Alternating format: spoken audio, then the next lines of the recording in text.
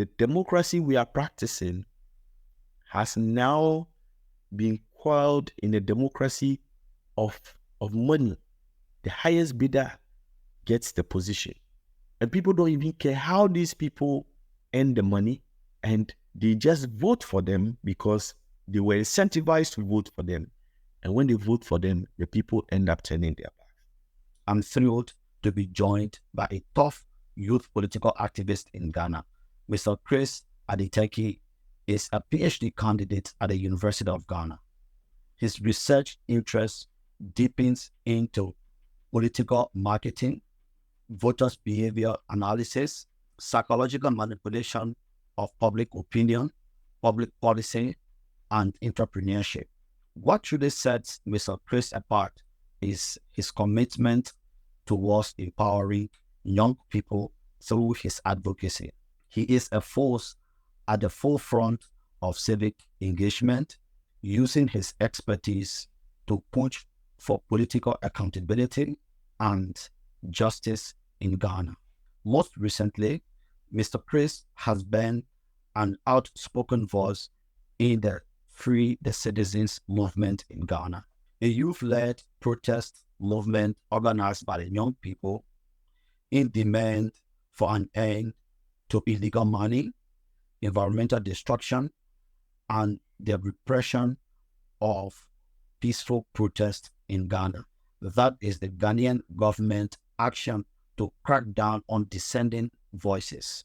We are going to be discussing all of these issues and explore how young people are shaping the political future of Ghana.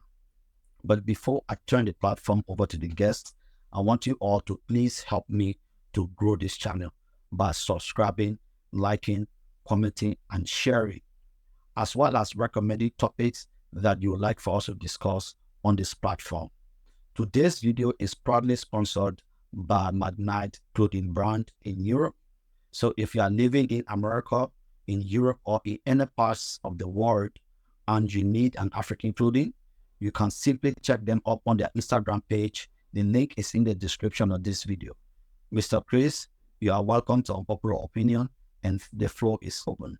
Thank you very much, Mohammed, for this opportunity to be on your platform to discuss issues that are very important to the development of our country, Ghana. And so a very good morning, good evening, good afternoon to everybody, depending on where you are watching us from. I extend fraternal greetings to you, as we are all, one way or the other, connected to the continent Africa, particularly, and for the purpose of this discussion, the country Ghana. Thank you for the brief statement. I want us to go straight to the discussion. My first question would be, who is Chris, and where did it all started from, your journey towards activism, becoming a national icon in Ghana? How did it start? So I believe that largely my early socialization and the kind of family I came from held the value of justice, and equality. So growing up, I grew up in a home where the principle of equality was upheld in every activity at home. So I grew up in a setting where my siblings and me were raised in a value of equality. So when roles and responsibilities are assigned to us, even at home, it is to ensure that everybody gets an equal duty to perform, to contribute to the family. So I believe that when I want to talk about why I very much have been driven as to become an activist or to become who I am now, it is largely because of the upbringing I had as a young boy in a home of 4 siblings, where it was ensured that equality was the order of the day. So growing up, I realized that I didn't get, or not everyone got, the kind of opportunities that were available to me as a young boy. The ability of your parents to send you to good schools, the ability of your parents to provide for you, to pay your school fees, to pay for you to have access to books, to pay for you to have access to other things that contribute to make you or develop you or shape you into becoming a prominent member of society. So sitting back, I realized that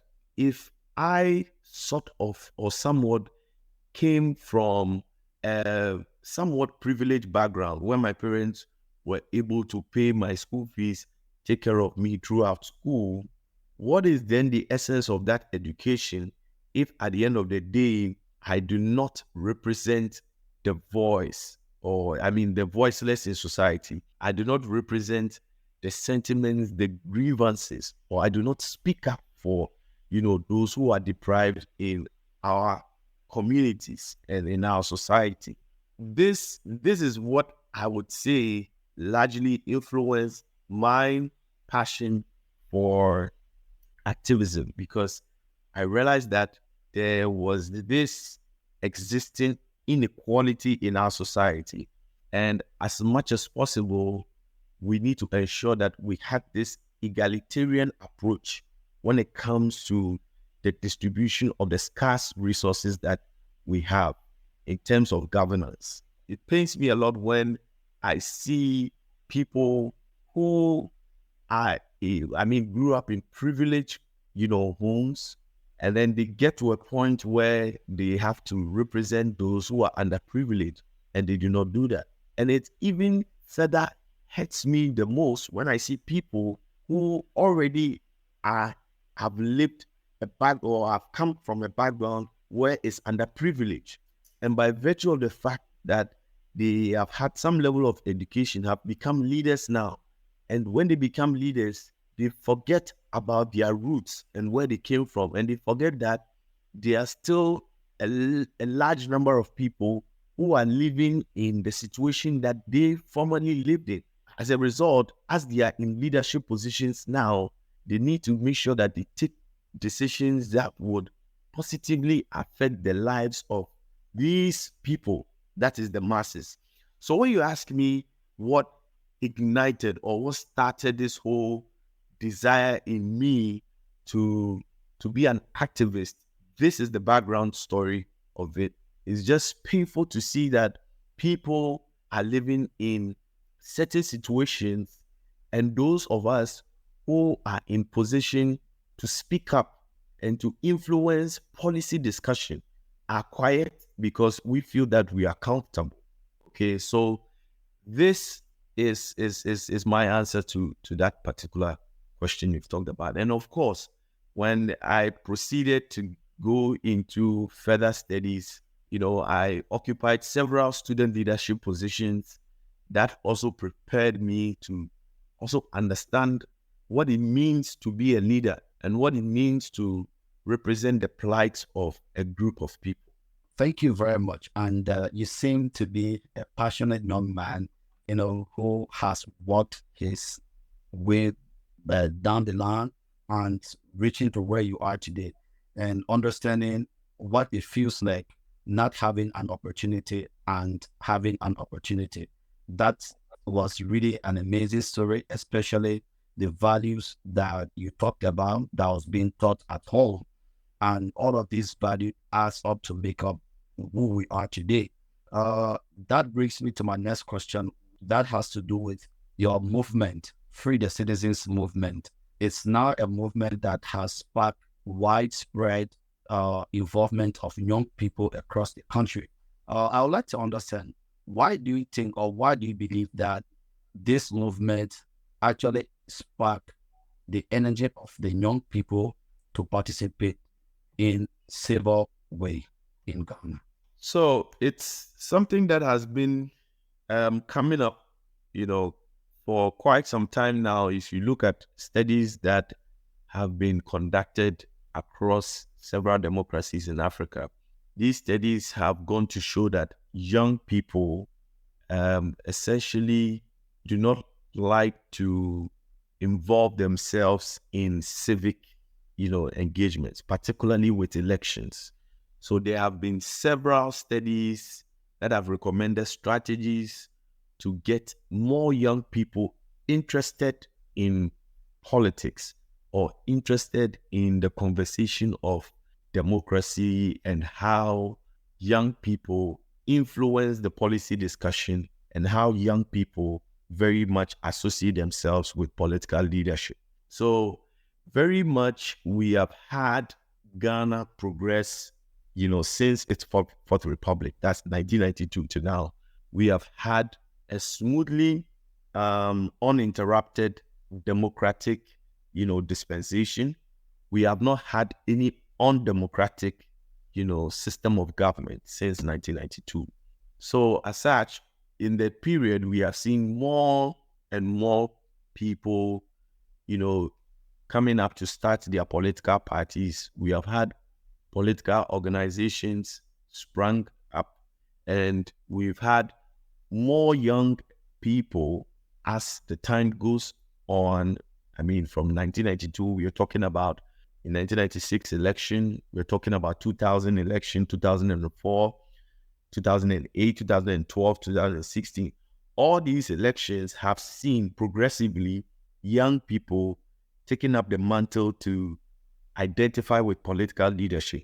Now, more than ever we have had before, we see more young people in parliament or more young people contesting to be members of parliament. Okay, so I would say that largely we've seen lots of young people getting very interested in the conversation of political leadership, what we are demanding from our government, accountability. But this recent demonstration in Ghana, I would say, started from the Fix the Country movement. Now, the Fix the Country movement was a movement that started online on the social media application X, formerly Twitter. Now, young people decided to start a trend on social media to take photos of things that they are not happy about in their communities and to post them online. So people took pictures of hospitals, people took pictures of their roads, bad roads, people took pictures of different social amenities that were in deplorable state at the time. And they posted it online with the hashtag Fix the Country. Now, this was done to hold our leaders accountable to fix these issues that existed in the country. Now, when that had its massive wave, that particular hashtag, it translated into an actual demonstration where we saw lots of young people pouring up in the streets of Accra to demonstrate about these issues we've been talking about. And one of the things that was largely spoken of during the period of the Fix the Country movement was a call to reform the Constitution, because we believe that the Constitution gave the president a lot of powers, and those powers allowed the president to make certain appointments into particular positions that we felt that those positions will be held by people who are friends and cronies of the president, and they are not going to represent the true interests of the people, but the interests of the president and his political party.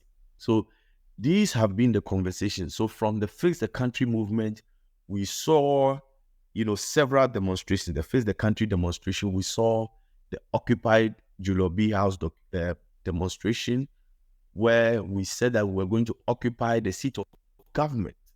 And the seat of government is called the Jubilee House. But in our local dialect, one of the local dialects in Ghana, which is the Ga language, we adopted Julobi because we felt that in that period, there were a lot of instances of corruption. So we felt that our leaders were they were literally stealing from the public coffers and the public purse. So we twisted the name Jubilee House to Julobi because Julobi means a son or a daughter of a thief. So we twisted that to mean Julobi House. So we said that the house that is supposed to represent the people has now become the house of children who are thieves. So we said we're going to occupy the seat of government. And in that particular demonstration, we saw several arrests, where the Ghana police literally showed to us that we didn't have the right to demonstrate as the Constitution, outrightly says that every citizen has the right to demonstrate and no citizen should be heckled from demonstrating. But like we're saying again, we have institutions like the National Commission for Civic Education, which is supposed to uphold some of these rights of citizens, that citizens have this right to demonstrate. But what do we see? The National Commission for Civic Education has a commissioner who was appointed by the president. So when these things are happening and you expect these entities, government entities, to represent the interests of the people and to come out and speak up for the people, they are not doing that because they have been appointed by the president. So these are some of the issues. So we had the Occupy Jilobi House, and then, which was last year, we decided that we're going to have another version this year. And we marked it as a 3-day demonstration. Last year was a 3-day demonstration. On the 21st of September, which marks the date that our first president was born, Osadifo Dr. Kwame Nkrumah. So 21st September to 23rd, that happened last year. Last year, on the first day, they arrested all the protesters. I was almost arrested and I had to run, okay, because I saw the police approaching me. I was literally around the same area where other protesters were being picked up, okay? So that was on the first day, and then second and the third day, after they got the public, uproar about, the police preventing citizens from demonstrating, they released the protesters and we had the second and then the third day. Now, this particular year, we decided we're going to have a rendition of what we did last year. So we called it the Reoccupy. Now, we had informed the police, we had done everything. We went on that day to protest, and they ended up arresting about 52, 53 people who protested in all of the 3 days. So they arranged, and it looked like a deliberate plan by the Ghana Police Service because they arrested protesters on the third day. Okay, so on the third day, they were trying to arraign them for court. They held and detained people beyond 48 hours, which is unconstitutional. It's unlawful that you would detain citizens that you have arrested for several charges that you want to arrest them for. Some, they called it misdemeanor. They said unlawful assembly or gathering. There were several charges, and which were very untrue. That goes. They wanted to show that the demonstrators engaged in some violent activities, which was not the case. So it was a peaceful protest. The media was there to cover every, activity that went on, and we saw people who were innocently just standing by the pavements of the road, and they were picked up by police. The police just went together and just, ganged all of them up and picked all of them.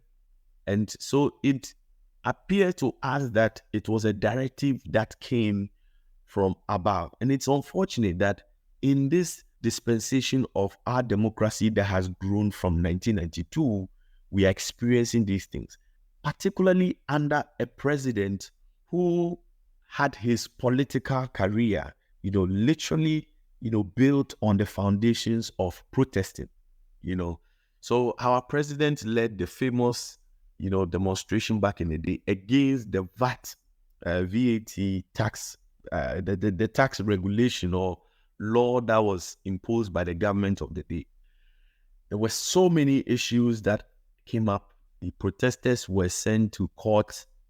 They were denied bail. They had to be in the cells, and some even in jails, prison, for 2 weeks.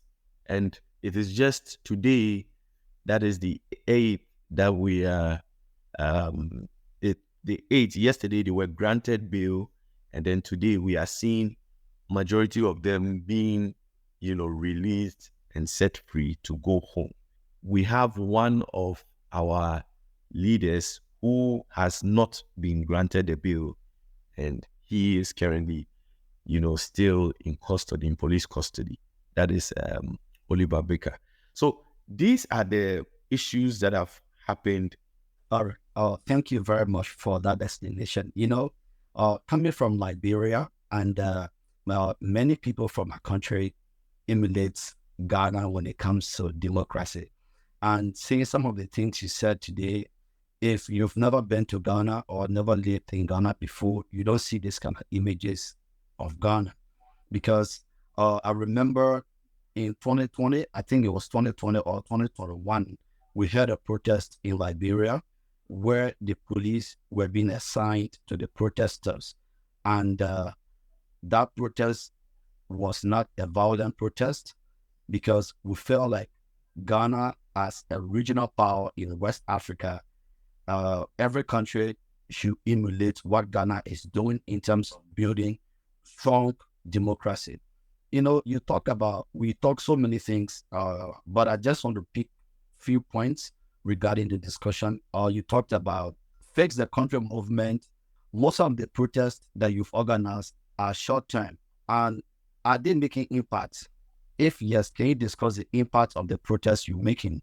The demonstrations we have had, even in the past till now, have yielded results. Obviously, we are calling for a constitutional reform. That hasn't happened, but it does not mean that because that particular request or demand has not been met, then it means that the protests we've had in the past amount to nothing. Okay, that is not the case. We protested that the citizens or the protesters who were arrested in the last protest should be freed. They have been set free. Okay, now there have been several things that we've talked about that we have protested about. I mean, in the period of this particular government in power, we had some issue where some 499 law students sat for the professional law exam to go into the professional law program. Now, the General Legal Council, came out, and it was an unjust decision to deny the 499 law students from going into law school. Now, the young people of, Ghana came out. We came out in our numbers. We demonstrated against that particular decision. What did we see? We realized that a petition was written. We wrote a petition. We submitted to Parliament. Parliament then writes to the General Legal Council. And these 499 denied at the time prospective professional law students were given access. Okay, so I would say that several demonstrations that we have organized have been very successful. They have proven to show, outputs with some of the things. But you see, one of the things that we need to get people to understand is that sometimes you are demonstrating to imbibe in people the culture of demonstrating. Okay, so we have seen an increasing number of people participating in public conversation or civic engagement when it comes to holding our leaders accountable. That in itself alone is an indication that the protests that we have been organizing are reaping benefits. The moment you are seeing that there is an increasing number of people from protest to protest, you are seeing the numbers increasing, is an indication that you are doing something right with your protest. So we are not only protesting to demand the things that we are literally demanding, or as we say when the media houses interact with us and they ask us questions. No, those are not the only things we are demanding. But we also want to get young people more interested, in the culture of protest. And I believe that that is the only thing that we in Africa, we need. Look at the instances that happened in Kenya recently, where we had young people of Kenya moving out in the streets to demonstrate against a certain financial bill. Now, what did we see? We realized that later on, the president had to what? Withdraw that particular bill because these young people were increasing in number. There was a total shutdown of the capital because the young people were in the streets, nothing was going, nothing was coming. Now in Ghana, we have not gotten to that point, but we want to get young people to understand that the only way they can protest, other than protesting in the ballot box, which is a provision that democracy gives you, is you by writing petitions, submitting those petitions, and allowing your voices to be heard through democratic procedures or democratic activities like protesting. So I think that we've been very successful. Considering your experience in youth activism, I'd like to understand, to get young people active politically is something very difficult. And I conducted research recently, and I found out that youth participation tends to be very problematic across Africa, because when young people speak out based upon our cultural backgrounds, it says that you don't respect the elders. At the end of the day, someone who's of age of your father, you can't speak to them in a certain way. And democratically, there are certain things that young people need to speak about because the future of the country depends on them.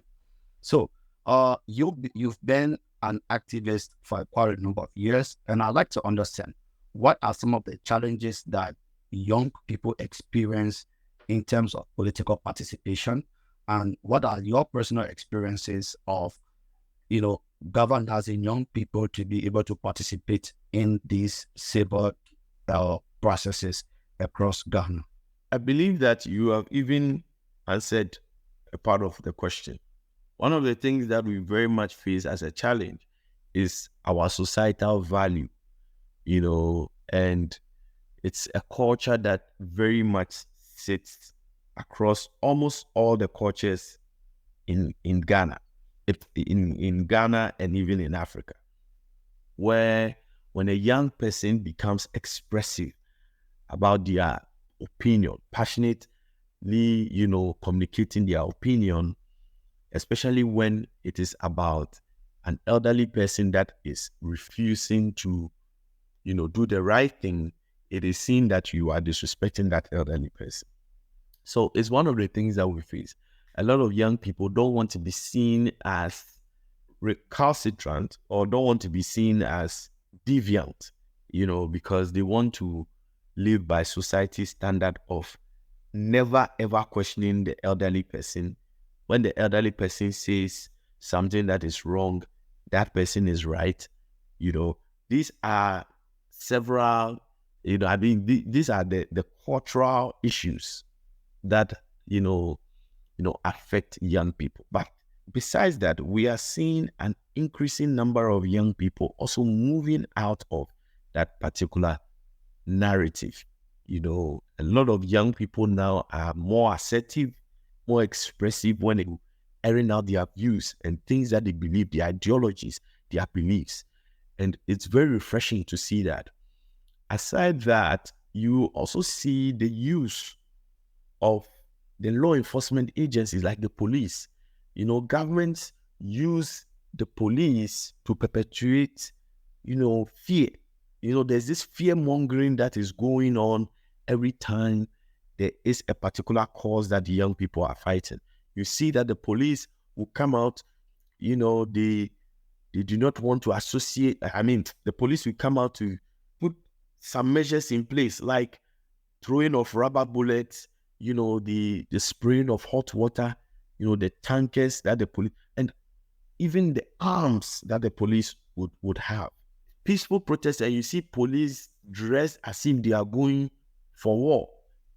Young people see these things and they fear for their lives. They fear that in the instance where, there's a bit of scuffle somewhere, their lives might be taken because of the the vivid display of, machinery and artillery and guns and, the tankers and all of that. So these are the things that I would say in mobilizing young people for a particular cause. It very much, scares young people. It affects the mobilization. Also, a lot of companies that young people work for don't want these young people to engage in anything activism. Recently, when we had a demonstration, some companies, did not allow young people to go out. There are young people who work with them to go out there to demonstrate. And my question, I put it even on my social media. One of my questions was that, so if we are to have a situation where there's a political unrest, can these companies transact business? Definitely no.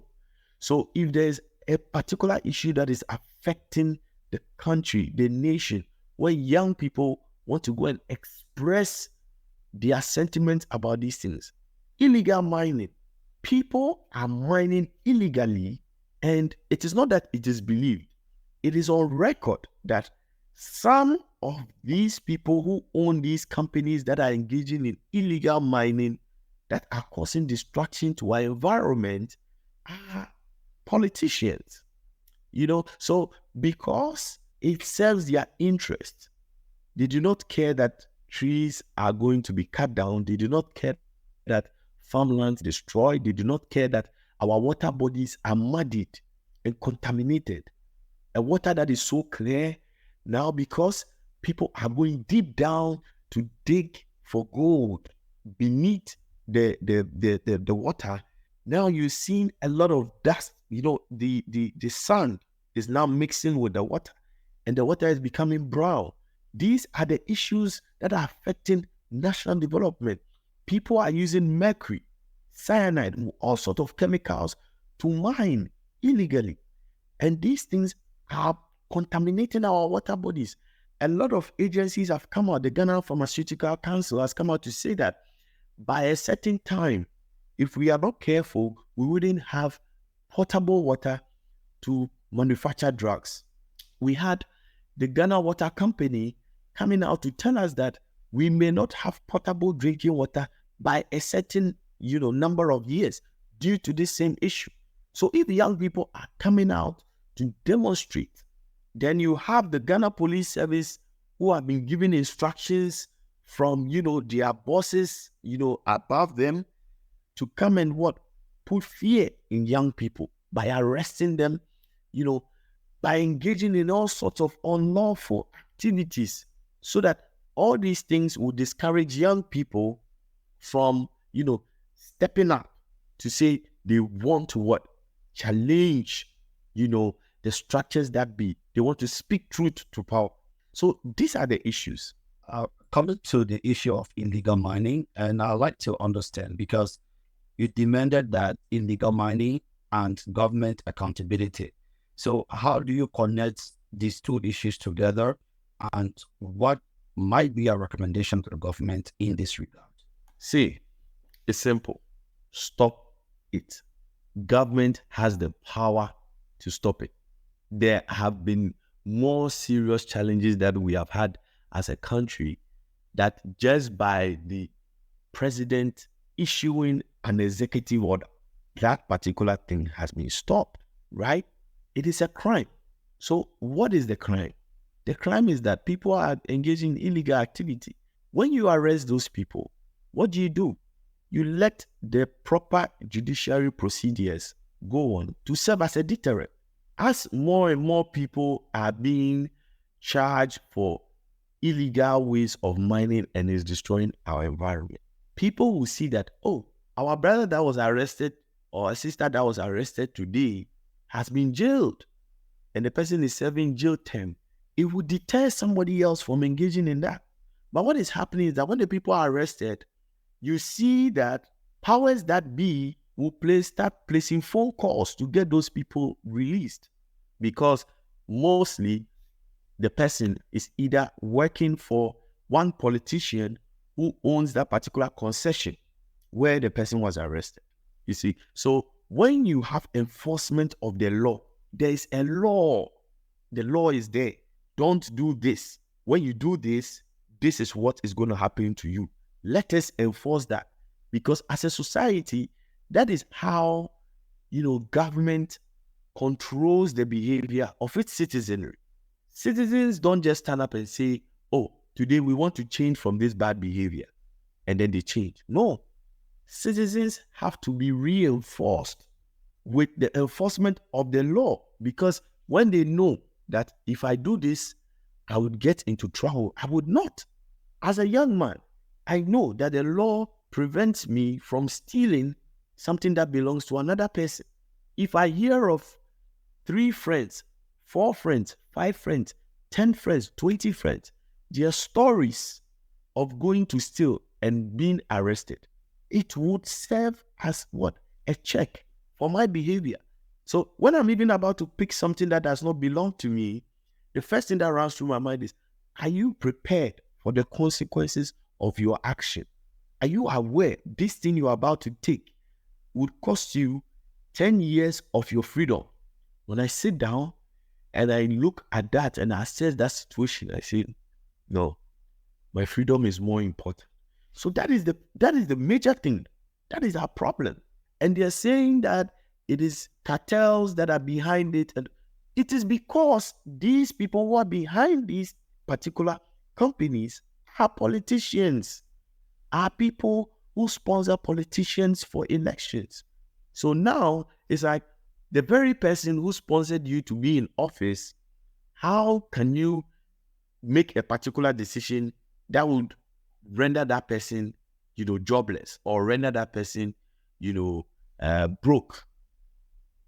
So that is what is going on. And it's going to be a vicious cycle. They come, nobody's going to take any and you think about this. How are you doing this at the expense of people's lives? People in deprived community. Maybe we live in a capital town, the capital city. So because we live in the capital city, we are working, we may have access to potable water.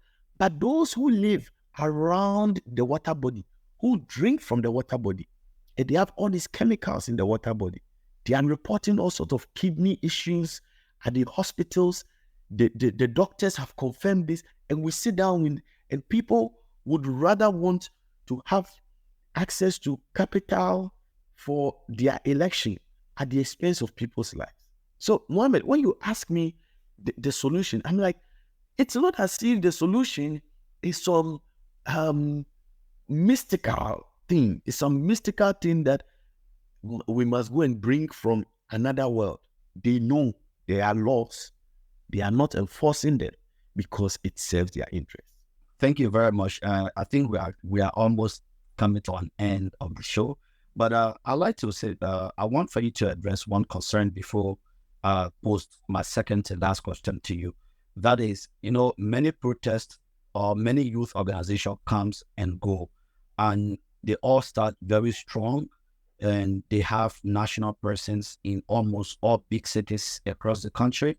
But at some point in time, they get it wrong with leadership, they get it wrong with their messaging, and they get it wrong with how to structure themselves in order to maintain constant pressure on the government on things that they feel that are wrong and that needs to be changed.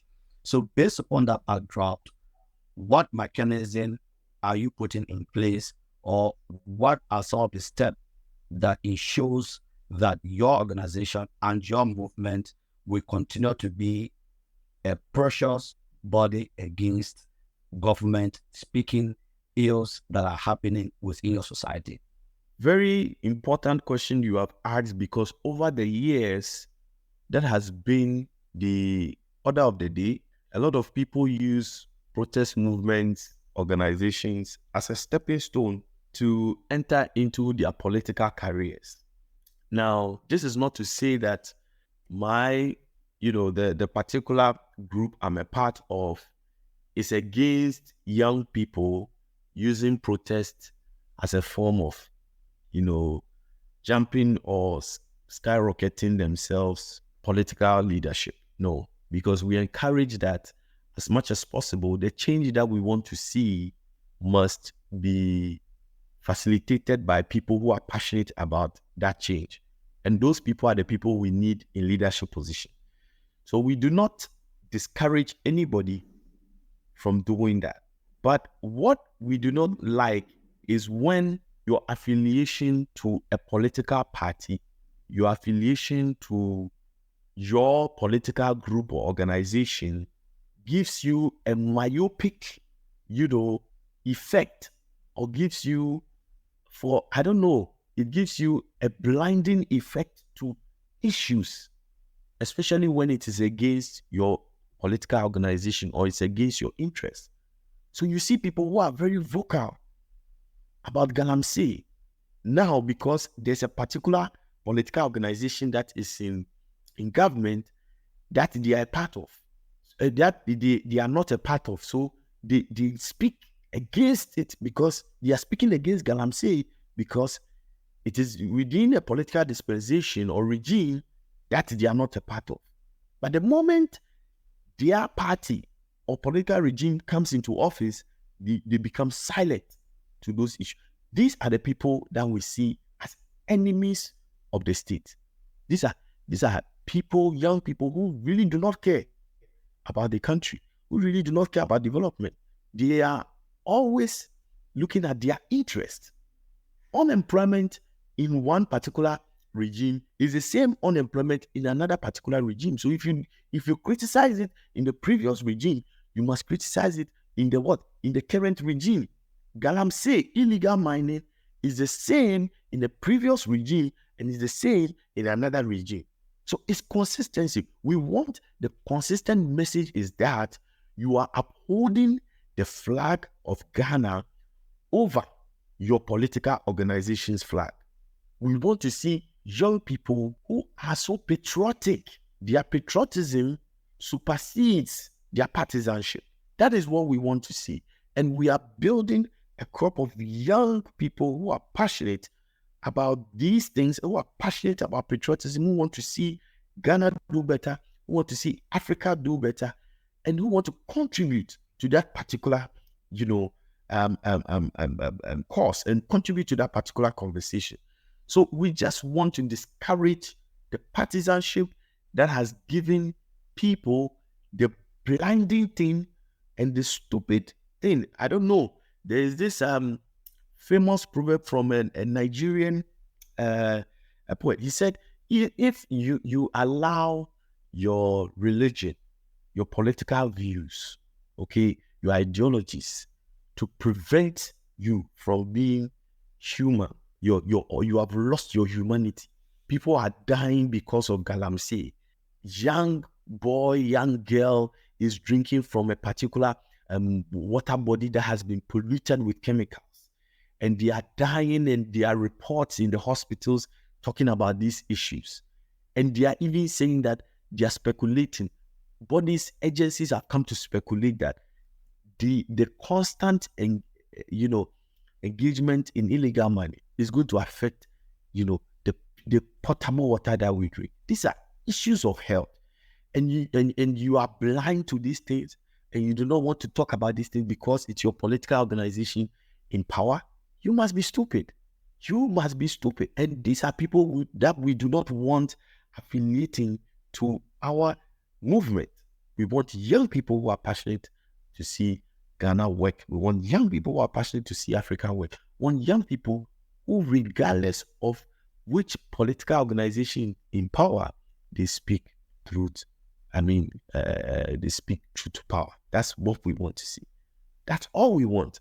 People who are bold enough to say it as it is, regardless of whoever is in power. We do not want any bootlicking, individuals, people who do things to only serve their interests, and they are not thinking about the interest of the larger society.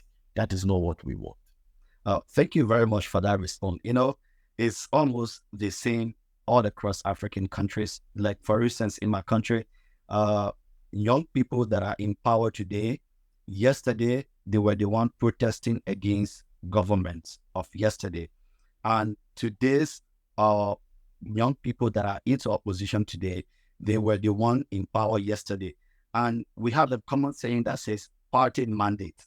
That is, you know, they function at the will and the pleasure of their political institution instead of putting the holistic picture of nationalism above every other thing.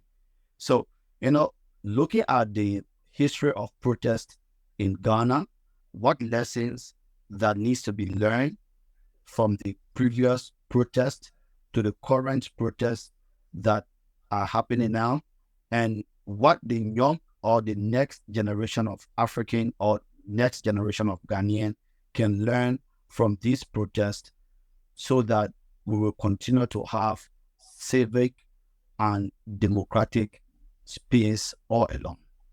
We need to improve our mobilization strategies. We need to improve our promotional strategies of civic activities, where, in essence, what I'm saying is that we have to deploy effective means of communication.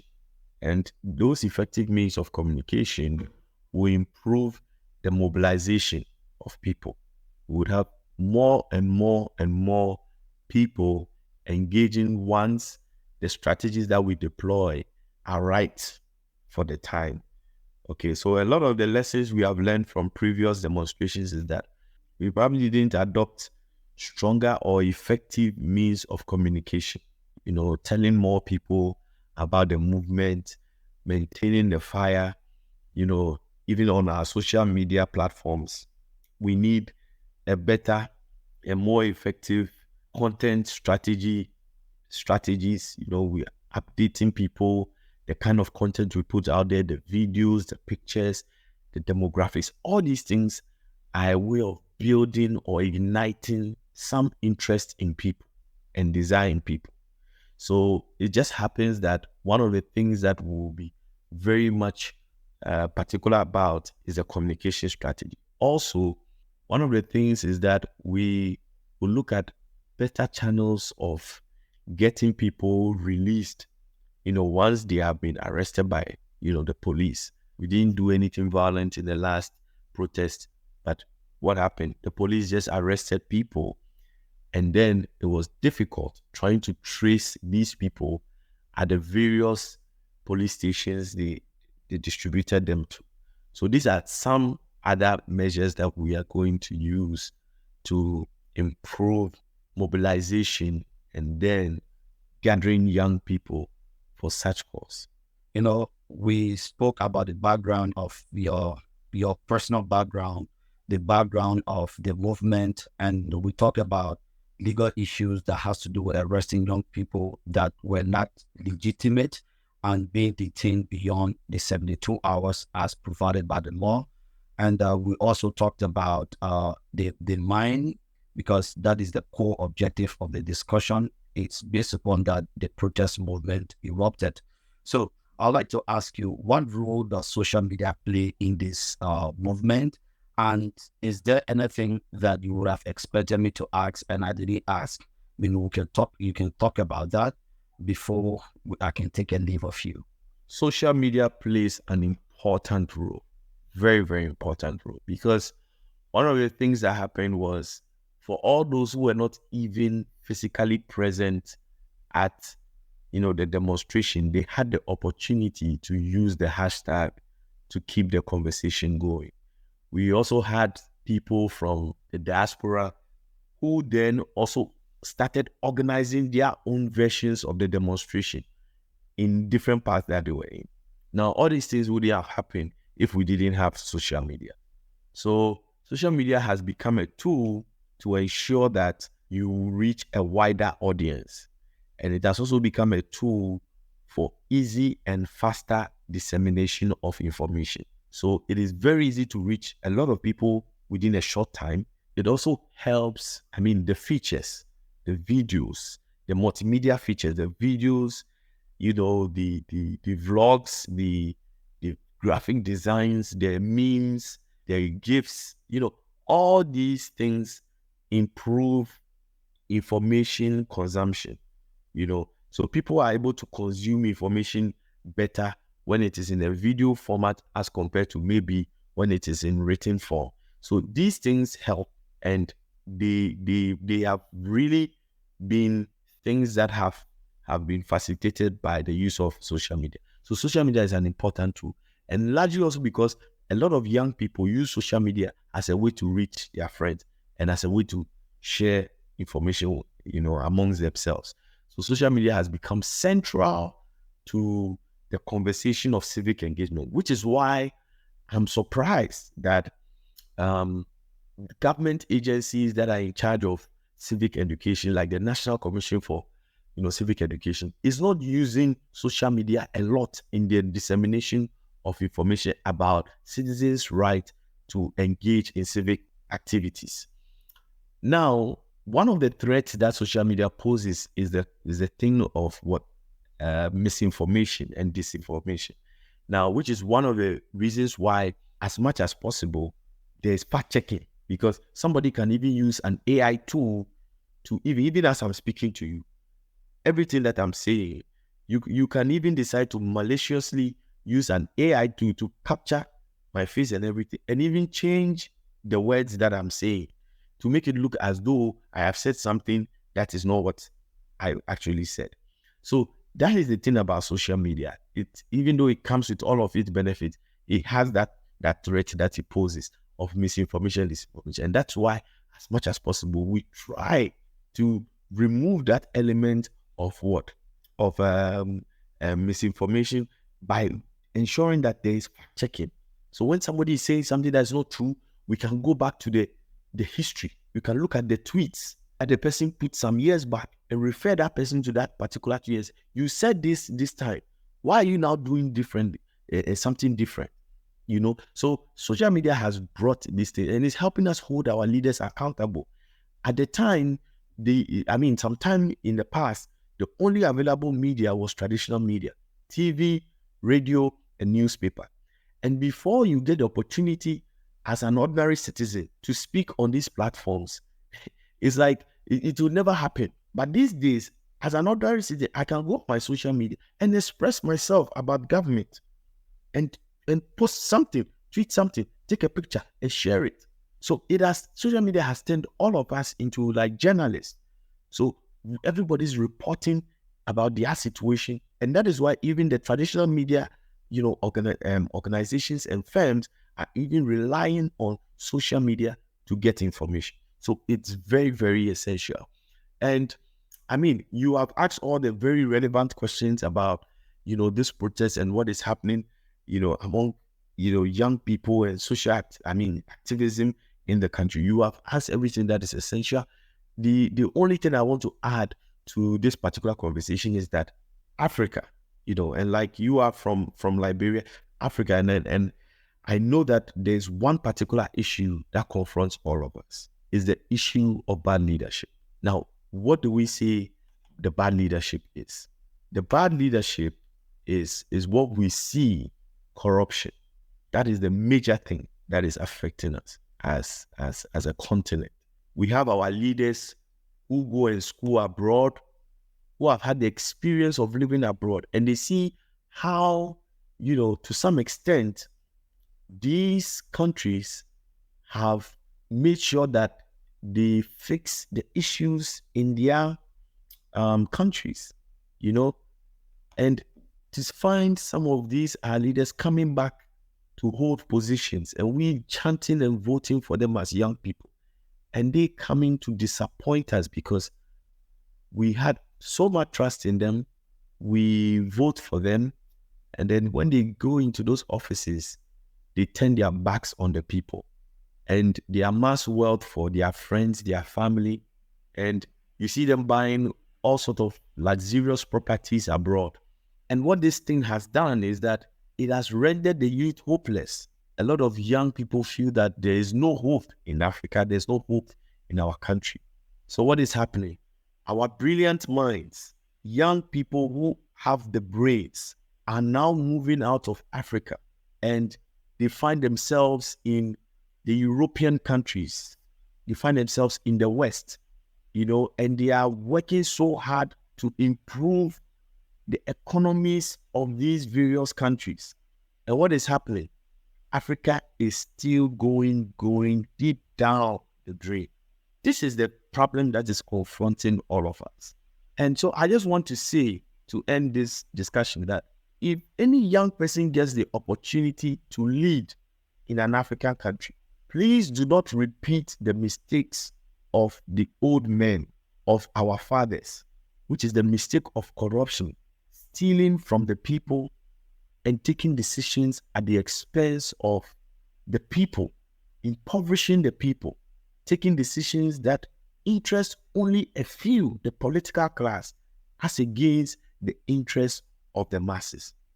Please, as a young boy, as a young girl, young man, young woman, when you get the opportunity to lead in your various African countries, please don't repeat the mistakes of the old person or the old man who you so much criticize. Do not repeat that mistake. If you are going to do that, then you are probably better off relocating and living in Europe, in America, and forgetting about your country, working in that economy, and building a life there. And don't do that and then later on come and occupy a position in your country and you continue that same cycle of impoverishing. And this is why in West Africa particularly, we are seeing a lot of the uprising, military takeovers. It is because the democracy we are practicing has now been quelled in a democracy of money. The highest bidder gets the position. And people don't even care how these people earn the money, and they just vote for them because they were incentivized to vote for them. And when they vote for them, the people end up turning their back. So this is what I have to say, to end the discussion. And thank you very much, Mohammed, for having me on this particular show. And I look forward to having more interactions with you. Thank you. Thank you very much for the discussion. And, just to close up for my part here, young people in Africa, we need to understand that politicians are not in our best interest, but rather in their own interest. One of the challenges that I feel that we have as an African is our level of education when it comes to upholding our constitution, because we tend to elect people into power because of how much they have, but we don't see politicians that comes with integrity. We see politicians that come with money. We don't see people that come with solution. We see people that comes with bags of money. So at the end of the day, we elect these people and we begin to ask ourselves, where did we go wrong? We went wrong during the time we were voting. So that is my closing statement. And also, I want to say thank you very much for being here today. And I'm also looking forward to having more conversation with you. Before we take a leave of our today's guest, I want you all to please subscribe to my YouTube channel, like, follow, share, as well as make recommendation as to which topic that you'd like for us to discuss in our subsequent series or podcast. Until we meet again, shalom.